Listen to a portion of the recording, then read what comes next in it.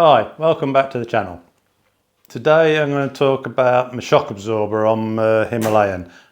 I did on one of my other previous videos say the shock absorber was knackered on it. 8,000 kilometers. Check the spring's good. Shock absorber still looks like brand new, but it's absolutely solid. You need even two up. You put the wife on the back, she doesn't weigh a lot, it only just moves it a bit. It's all I can think is there's something inside, internal in the shock that's gone on, part of the valving. So I had a look on the internet, because as a rule, all my bikes I've only ever fitted Ohlins, but Ohlins shock was way over €1,000, where there's only two shocks listed as I could see, was YSS and Ohlins. The YSS is a third of the price, so if you like, you're getting three of those shock absorbers for one Ohlins. And this being a Himalayan and what the bike's worth, it just didn't warrant the price of the Ohlins on it. So we ordered one.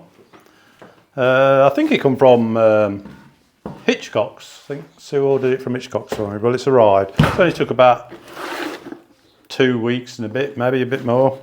So let's have a look at it.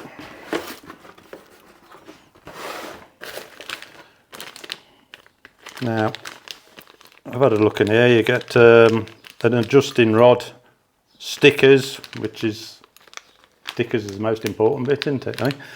An Allen key. And I thought, I wonder what the Allen key was for. So let's have a look at the shock.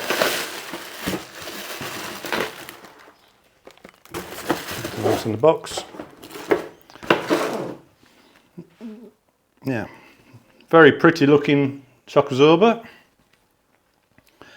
Now the Allen key is for a locking grub screw, because most shock absorbers on here have a locking nut. So what you can see here, there's usually two, and you adjust this is for your preload. Adjust it, then tighten the next one down to it. Well, what these don't, these have a grub screw.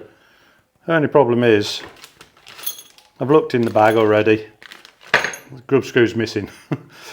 But it's metric, so it won't be too much of a problem. I'll find something for this. So, thing is, I've never used YSS before. Is it as good as an Ohlins? Well, it can't be. I don't care what anybody says.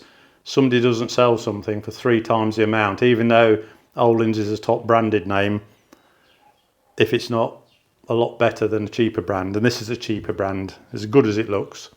Now, I looked on the forums and people swear by these fitted to the Himalayan. It's a big improvement. It's got to be a lot better than the stock. Well, I hope it is anyway. Now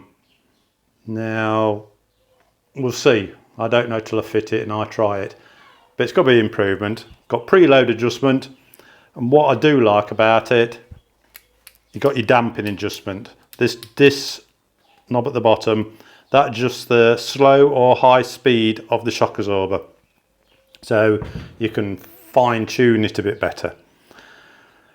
Now, it's not going to be a simple job to fit the shock absorber on the Himalayan, whether I was putting a stock one on, an Ohlins, or fitting this. Right, let's come over to the bike, have a look. Let me just have the camera a minute, so thanks. Right, the shock absorber obviously in there, but the top mount is up. This is the airbox in here, and the battery is here, is up inside about where my finger is, that top bolt. Yeah, about here it is actually. So I've got to take the airbox out. I've looked every which way. Just such a bad design, really. You can't get the top bolt out. I can see it, and I'm about half the width of a bolt out of getting it out this way. So it means I've got to remove the airbox, the battery, disconnect the electrics. It's got to come off the back of the throttle body, which is in here, just to get a bolt out of top shock. All right then. Awkward job, so we've got to get it right first time. Now, one of the things is there could be a difference in what people say, how they want the bike as comfortable. As stock, down there, you can see it where my finger is in here. Yeah, just there, that silver part, that's your preload adjuster. And from the factory, that was on about halfway on the adjustment. Well, I tried to do the sag adjustment. That's how your suspension's set up. It's not really just how comfortable the bike is, it's how the balance of the suspension works with the front and the rear. I set it on maximum, and you have to do measurements with the bike hanging, the back wheel hanging down on the centre stand, then the bike's weight itself on the floor with you not sitting on it, and there's a measurement for that. Then another measurement is when I sit on the bike with my feet on the footrests, and then you do calculations and it gives you the correct setting. But it wouldn't go nowhere near. It was miles off, and there was no more adjustment on it. So it's just set on maximum. That's the best you could do, and it wasn't too bad, like.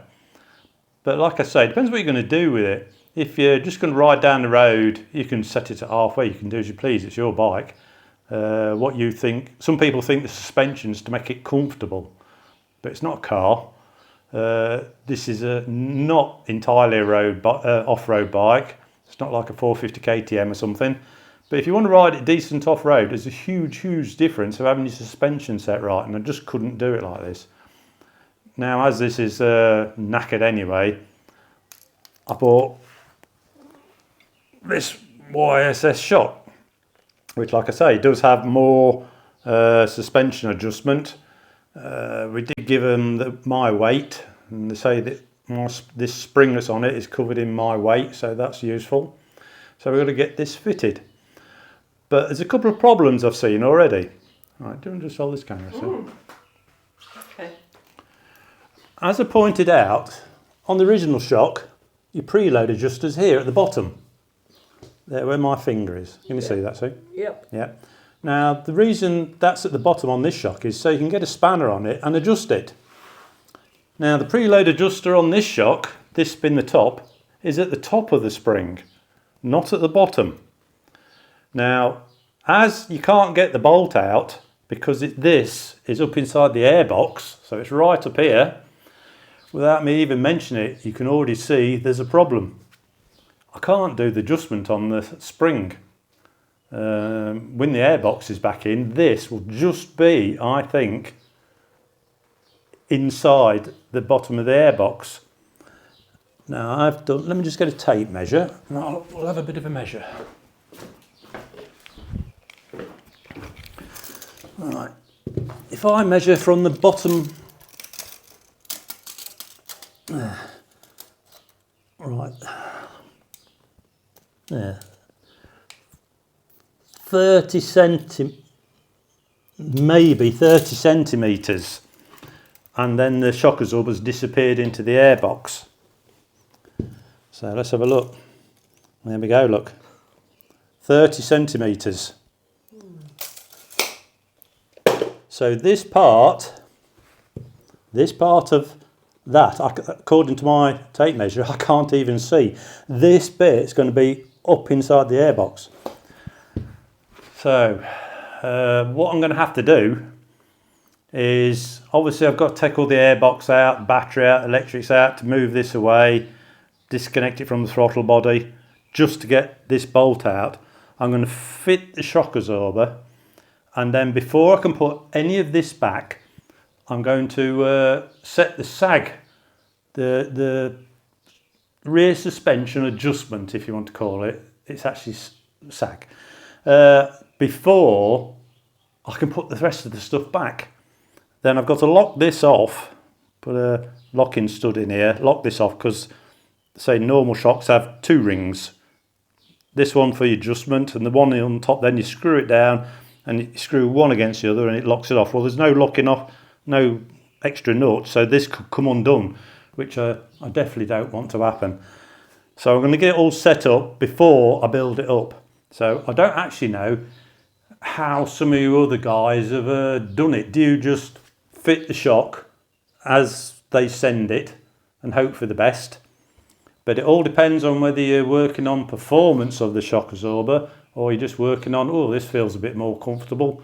Yeah, I'm quite happy with this. Even though the bike is maybe not sat as it should be, when you sit on it, you could be riding it exaggerated, sitting down, going down the road like this. So that's what I'm going to have to do. It's not a bad design of the shock absorber, because I think all their shock absorbers are made like this, and which on a lot of bikes is not a problem. It's